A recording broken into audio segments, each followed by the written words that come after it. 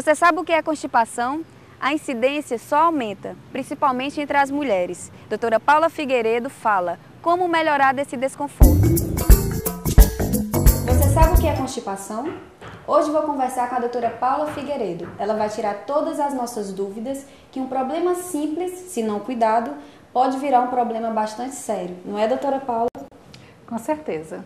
E para começar, eu gostaria de saber, que eu acho que é a dúvida de muita gente que está em casa, o que é constipação, doutora?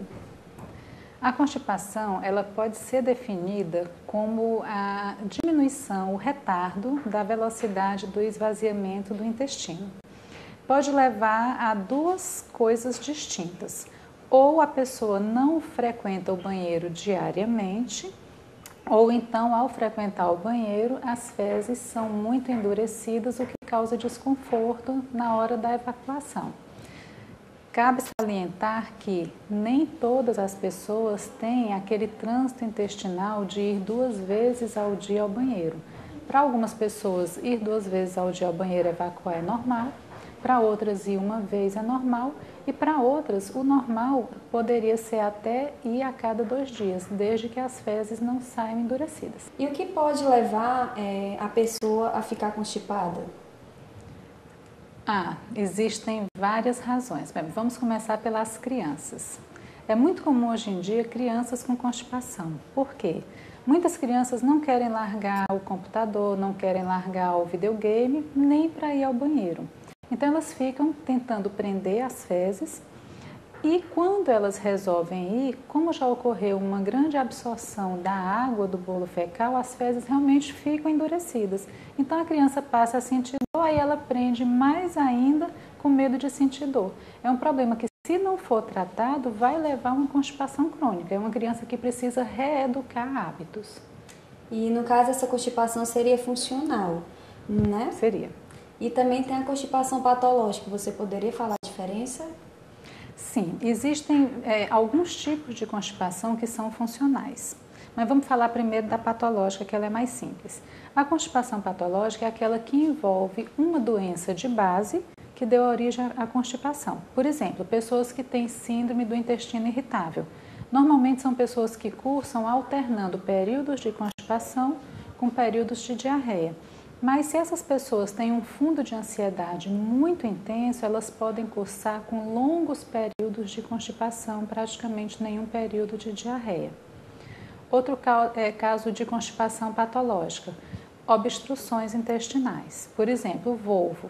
O volvo, ele pode ocorrer, ele é uma doença que ocorre quando a pessoa tem uma alteração no peristaltismo normal do intestino. Então, ocorre uma invaginação da alça, ou seja, a alça intestinal começa a entrar na outra e isso causa uma obstrução, é um caso cirúrgico. E os outros casos cirúrgicos mais comuns, eu não diria nem comuns, que não são nem tão comuns, são os tumores. Então, quando você tem um caso de constipação que você não consegue identificar uma causa funcional, o ideal é que você faça exames como trânsito intestinal, exames radiológicos, para descobrir se tem alguma causa fora do intestino, digamos assim, que esteja causando uma obstrução de alça. Até que ponto os alimentos pode favorecer a constipação, assim, ou a má alimentação?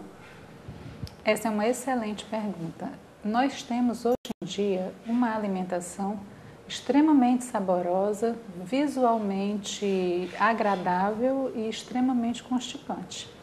Porque hoje em dia as pessoas não se preocupam muito de comer frutas, não se preocupam muito de consumir verduras, esquecem de tomar água, por incrível que pareça, e não gostam muito de cereais integrais. Ou seja, a quantidade de fibras na alimentação está sendo reduzida a cada ano que passa. E se você não tem fibras e não tem água no intestino, você não vai conseguir manter o teor de água normal do bolo fecal. Então, se as fezes vão ficar ressecadas, logicamente a pessoa vai ter constipação. E é comum você escutar a pessoa tá com constipação, esses sintomas, e toma um laxante, acha que vai resolver. O que é que você acha, às vezes, desse uso abusivo do laxante? O laxante, ele é uma boa medida de emergência, digamos assim. Uma pessoa que está constipada, que está realmente bastante incomodada, muitas vezes não tem outra, digamos, outra maneira de resolver que não recorrendo a um laxante. Agora, o uso excessivo, o uso, digamos, rotineiro do laxante, pode por si agravar a constipação, porque você vai ficar como se fosse viciado, o organismo fica dependente do laxante.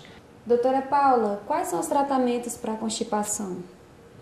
Bom, nós precisamos ver primeiro qual o tipo de constipação. Se for uma constipação patológica, que tenha uma doença de base que tenha gerado essa constipação, por exemplo, um volvo, o tratamento é cirúrgico.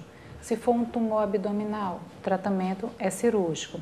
Agora, se for uma constipação funcional, não, a gente tem que ver quais os hábitos que levaram ao aparecimento e à manutenção dessa constipação. Por exemplo, as crianças têm que ser ensinadas a ir ao banheiro no momento da necessidade. As pessoas sedentárias têm que ser ensinadas a fazer atividade física, porque do mesmo jeito que nós ficamos flácidos por fora, nós ficamos flácidos por dentro também. O nosso tubo intestinal, ele é um tubo muscular. A alimentação, a gente tem que voltar a consumir fibras de frutas, de verduras, de cereais e temos que tomar água. E a prática da atividade física é essencial, certo? Dificilmente você vai ter saúde, seja em que nível for, sem uma prática de atividade física. Doutora Paula, o que essa imagem representa? Essa imagem ela representa uma secção de uma parede intestinal saudável. Então, nós estamos vendo as vilosidades intestinais e essas criaturinhas verdes, elas representam a nossa flora bacteriana normal do intestino, os nossos lactobacilos. O que acontece no intestino normal, no intestino, digamos, saudável, limpinho? Os lactobacilos, eles protegem as vilosidades, evitando que se acumule a placa intestinal. A gente vai conversar já um pouquinho a respeito da placa. Então, o que acontece? Eles são probióticos, eles melhoram a saúde da nossa parede intestinal e como a parede está limpinha, sem a placa, o alimento, quando é absorvido, ele chega às vilosidades e ele pode ser absorvido sem nenhum problema. Então, aqui a gente vê o alimento chegando nas vilosidades intestinais, onde ele vai ser absorvido. Aqui a gente está vendo a degradação do alimento e a absorção dos seus componentes, caindo na corrente circulatória. Quando nós temos a formação da placa, o que vai acontecer? Acontece isso aqui. A gente tem uma grande placa de restos alimentares. Essa placa, ela adere nas vilosidades e ela não sai. Então, dentro dessa placa, você começa a acumular bactérias que são patogênicas. Essas bactérias patogênicas, elas produzem substâncias tóxicas que são absorvidas e, por outro lado, o alimento não consegue mais chegar nas vilosidades. Então, a gente deixa de absorver grande parte dos nossos nutrientes e começa a absorver toxinas produzidas pelas bactérias patogênicas. Outra coisa que acontece, as microvilosidades, quando elas estão, digamos assim, obstruídas, cobertas por essa placa ela impede, ela diminui o peristaltismo do tubo intestinal. Essa ação, digamos, quase que ciliar de varrer a mucosa intestinal. Então, elas também facilitam o processo de constipação.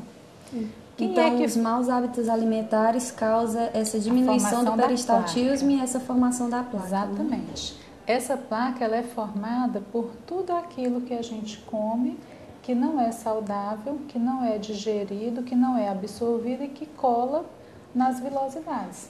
Elas chegam nessas reentrâncias nas vilosidades e vão se acumulando e com o tempo você tem uma grande formação de placa. Então, a importância de consumir verduras, frutas para aumentar a evacuação das fezes, né? Esse peristaltismo. Exatamente, porque as fibras, junto com a água, elas ajudam a limpar essas placas. Quando as placas já estão formadas em uma grande quantidade, lógico que as fibras e a água vão ajudar. Mas aí muitas vezes nós precisamos realmente usar alguns tipos específicos de substâncias laxativas para poder descolar essa placa e limpar o intestino. Doutora Paula, muito obrigada pela sua participação. Se você tiver interesse, querer marcar uma consulta com a doutora Paula sobre constipação ou sobre qualquer outro assunto, já que ela fala sobre medicina ortomolecular também, né, doutora Paula? Também. Que já fizemos uma entrevista maravilhosa. Você pode procurá-la aqui na Bioestética, o endereço e o telefone está aqui na telinha. Muito obrigada pela sua participação. O Corpo Estilo agradece. É sempre um prazer. Obrigada.